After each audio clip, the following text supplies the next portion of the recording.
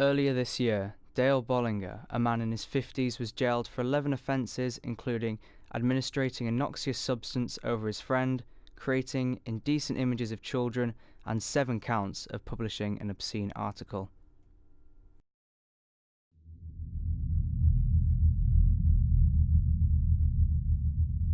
Bollinger travelled to Ashford International Station to meet a girl who he'd previously had conversations with on the dark fetish network, nicknamed Eva.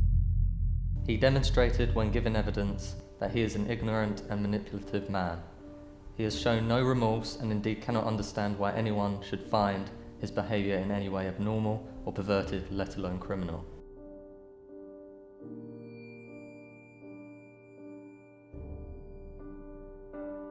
As he was jailed for the offences, a judge said his behaviour was abhorrent, shocking and dangerous.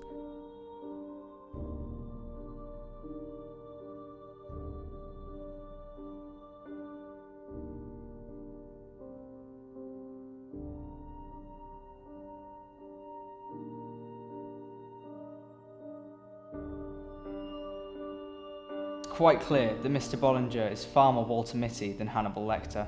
He's a fantasist, and sometimes he goes too far, and sometimes he stops, and sometimes, when the person encourages him, the fantasy continues. He bought an axe from a DIY store in Kent the day before he tried to meet the 14-year-old he groomed online. At his trial, Bollinger was asked by defence counsel P. Jarvis whether he had ever attempted to kill anyone, eaten human flesh, or sexually assaulted a child. He replied, "No, not in reality, just in fantasy."